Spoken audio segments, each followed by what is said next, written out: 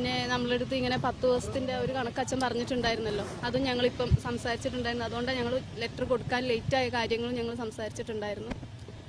നല്ല രീതിക്ക് തന്നെ വളരെ സപ്പോർട്ടീവായിട്ട് തന്നെയാണ് സംസാരിച്ചിട്ടുള്ളത്. കത്ത് നേരിട്ട് കൊടുത്തോ?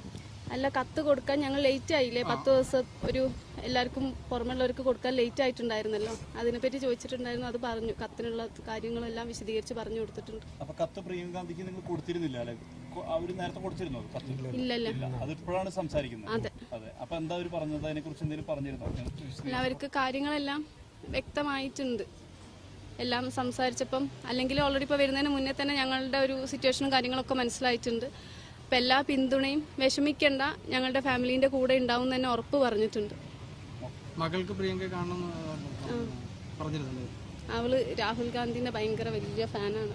അപ്പം ഇങ്ങനെ സംസാരിച്ചു. പറഞ്ഞു. ആ